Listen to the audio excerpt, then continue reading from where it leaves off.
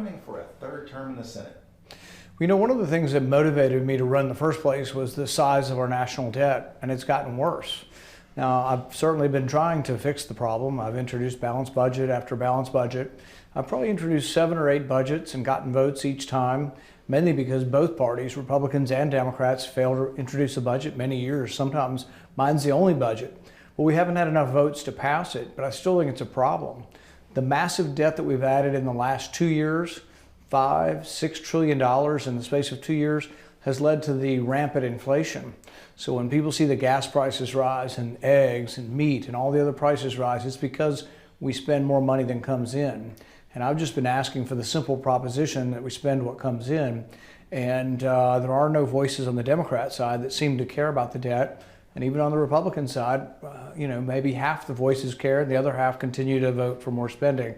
So I think spending is still a problem, debt is a problem, and I think that we have to live within our means or we're in danger of actually destroying the dollar and really bringing the economy down with it. What do you consider your biggest accomplishments in your first 2 terms? You know, there's a lot of different things that we've been involved with, but one of the things that we have really emphasized in foreign policy has been the idea that we want to try to avoid going to war, basically, try to avoid being in a foreign war. And so every resolution that comes forward, and these are dozens of resolutions that come forward where somebody wants to insert themselves and tell another country in the world, you better do this or else, we've inserted into each one of those, and it's now become a standard. It happens with almost every resolution in the Senate.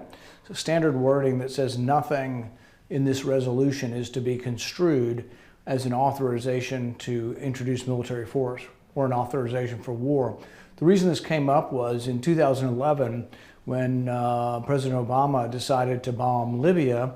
He said, oh, well, the Senate passed a resolution, which they had at like 6 o'clock on a day when many people had already flown back to their states, and he used it as sort of backup for actual war that went on in Libya.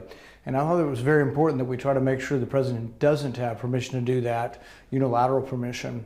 So that's been an important focus of mine, is making sure, and this sometimes puts me at odds with some Democrats, but sometimes puts me at odds with Republicans in trying to keep us out of foreign war. I think for the most part, we shouldn't go to war unless attacked.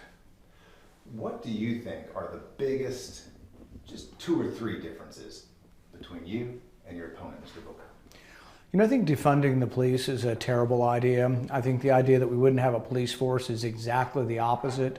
You know, we've been running an ad recently talking about Booker's, support for defunding the police. He's been pretty explicit, in both debates and in interviews. And I talk to the people who live in the West End. We feature some of them in our ad who have lost loved ones to violence, and they frankly want more police. I think one of the biggest problems facing Louisville right now is actually the crime problem. I was aghast to see the mayoral candidate almost assassinated. I was horrified. Look, you don't have to be in the same party as me for me to be sympathetic to violence. I was horrified that someone, ran up and assaulted the current mayor. Just today, we've heard that someone entered Nancy Pelosi's home, and it sounds like it was a very bad, violent assault on her husband, and we immediately condemned that. In fact, I told people at a speech just earlier today that if anybody on my staff makes fun of it or announced it, I'd fire them immediately. You and your opponent, Mr. Booker, will not appear on the same stage in this campaign. Why not? I think his advocacy for violence means that he's not really interested in a civilized debate. He's put out ads saying that celebrate and mock the fact that I was attacked. I was attacked in 2017 from behind while wearing noise cancellation hearing phones, and had no sense that this was going to happen. Was hit one time from behind without knowing it was happened. Hit hard enough that 6 of my ribs were broken, my lung was damaged, part of my lung had to be removed a year and a half later. And for Booker to think that that's funny, and he has mocked it in ads. He's put people in his ads who say, well, nobody likes him, we ought to beat him up again. To do that, I think, is horrific. It's the same kind of stuff that the left would now condemn if anybody were crazy or foolish enough to say that about Nancy Pelosi's husband. He also has people working for him who put my address. They put my address up and welcomed every crazy person in the world, like the crazy person that went to the Pelosi's house. They have put my address and a picture of my home, picture of the neighborhood, how to get to my neighborhood on the internet. They've also tweeted out, members of his campaign circle have tweeted out that their hero is the guy that assaulted me, who's a convicted felon who spent nearly a year in jail. So that to me means that he's a person that doesn't have the decorum. We would never do that. I have never ever even had an inkling of wishing violence on anybody who's a Democrat. In fact, I have very good relations with Democrats. There are many Democrats who I've worked with on a bipartisan basis. I worked with Kirsten Gillibrand on military justice for people being assaulted in the military. Just worked with Senator Cory Booker from New Jersey on one to allow less animal testing for drugs. I've worked with Ron Wyden on bills that would protect your privacy so the government can't snoop on your computer unless you've been accused of a crime. Good. You mentioned Louisville and some of the issues that Louisville is facing. And of course, you've got a statewide office, but West Louisville is one of the most economically disadvantaged areas in your state. What have you done to help West Louisville? And if you're reelected, what else would you do? I don't think anybody's done enough. I think we need to do more.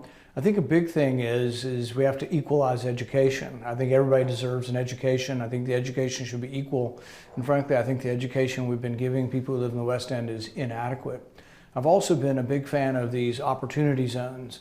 When I ran for president in 2015, I called them freedom zones, these economic freedom zones. And then the idea was incorporated into the tax plan was essentially some of my ideas from my campaign run in 2015. This allows for zones in Louisville and other cities that are poor and undeveloped to be enterprise zones and to be low taxes to try to encourage investment. I don't think it's worked as good as people would like to, and so I think what we need to do is revisit it and say, where has it worked, where hasn't it worked, and how we can fix it. It's part of the problem of government in general. Everybody sees a problem, everybody acts, and then we get something passed, and then nobody bothers to go back and look and see whether it works. So I think we need to do more on that. Number one, on the education front. And then number two, I think on trying to bring investment, to the West End. You use the phrase equalize education. What does that mean to you? And what would the U.S. Senate do to equalize education in Louisville? Well, education is mostly a state and local issue, so a lot of this really won't be done in Washington, but it is what I'm for. And you can have things that are federal that equalize education. So for example, you could allow people to pay for school tax free. So let's say you wanted to go to Catholic school. Catholic school is more expensive than public school because the public school is free, but it's not quite what some of the really elite private schools are. And maybe if you made it tax free, where people could save for it, that it might be more affordable. There already are many scholarships in the Catholic schools. My kids went to Catholic schools.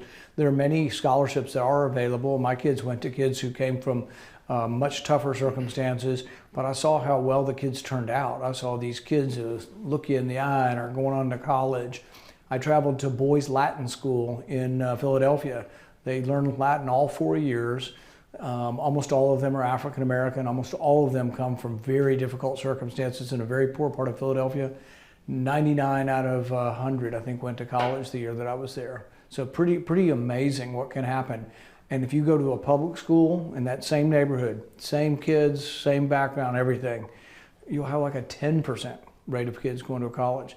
So this isn't about lack of ability, it's about lack of the system. The system is failing these kids terribly. And we keep doing the same thing over and over again. 20 years ago, people were saying the scores are 3 grades behind, grade level for reading and math in the West End. Fast forward 30 years and it's still the same. And I don't think it's because the kids can't do it. I think the kids absolutely can do it. I think the politicians are failing them by giving them crummy schools, frankly.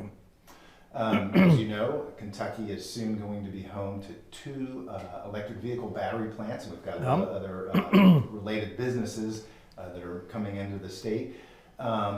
First of all, do you believe in climate change, and is this a good solution to that if you do believe in that? And second, what do you think of this transition from gas engines to electric engines?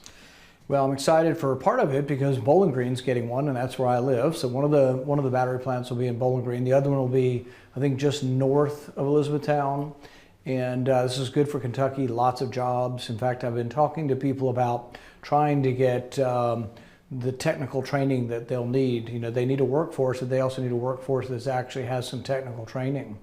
How that relates to, you know, whether we decide to have electric cars or gasoline-powered cars, I think should be determined by the marketplace and consumers, by the freedom of choice.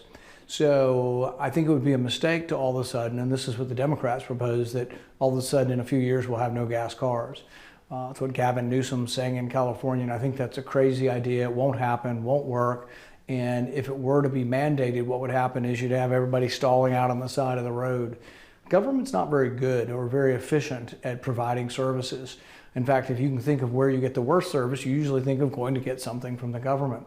So the idea that we're going to have charging stations on the interstate that the government's going to mandate and put in place, my imagination runs wild that one day we'll have all electric cars and they'll show up on the side of the interstate and the plug will be the wrong size, you know, because that's the way government typically is. Or they'll put billions of dollars into it, but they won't have the latest technology and they'll already be out of date by the time they come forward. The marketplace is much more nimble and much faster. I've ridden in electric cars. I think they're neat. I saw an F-150 Ford truck that can show up at the work site and power all the tools on the work site. So a lot of it's really kind of cool. But the market still has to have a say. And it's a mistake when government comes in and says it's going to be this and none of this. In Germany, they got rid of coal completely and they got rid of nuclear power completely. Now they're completely dependent on Russia for natural gas. And their new energy plan in Germany is wear two coats inside. That's not a great plan, you know, for energy. So I think it would be a mistake, and it's a terrible mistake for Democrats to say we're going to have no gasoline powered cars, we're going to have all electric. But it doesn't mean there's not room or an opportunity to have electric cars. Do you believe in climate change? Well, you believe in God. I mean, something that's a theory, you hear the pros and cons of it. I think the people who are alarmist, who say, you know, the world's going to end in 2014, well, they were wrong about 2014. They were wrong about 2018. They were wrong about 2020. So I think it needs to be seen in the context of historical change, or geologic change. We have cycles in the climate that are 100,000 year cycles. We have cycles that are 70,000 year cycles. These are based on the orbit, the wobble in the orbit. And these are things that have profound changes where all of a sudden the ocean, 7,000 years ago, the ocean was 300 feet more shallow. So when people walked across from Asia into North America, they walked on dry land. There's now 300 feet of water. So when the alarmists come and say, well, the oceans are rising and the polar bears are going to be drowned, that was one of the dumbest statements ever. That was in one of Al Gore's books. Well, polar bears swim, first of all. Second thing is when somebody got around to counting the polar bears, we got more polar bears than we've ever had. And then thirdly, the oceans rising have been rising for 7,000 years. So most of the rising, the 300 feet of the oceans rising, has been not related to man, but to nature. So the question I always give back to people who want an absolute yes or no is, do you think nature has anything to do with climate? And how much? I mean, do you think anybody with certainty knows that it's all man and just a little bit nature, or all nature and just a little bit man? I think we should be aware that man pollutes and that carbon, can have greenhouse effects. So can methane, so can water vapor, so do clouds. If you take the modeling they've done in climate change and you look backwards, that's one way to see if a model works. The future we don't know yet, but we can put the model into 2010 and say, did it work? Their models almost never work. And they're based on so many variables, and they have what they call tuning. Well, tuning means they change the model to fit what the actual results are. So I think it's a mistake to be adamant about that we would cut out forms of energy. I think it's prudent and I think also wise to try to control pollution, and we have done a better job.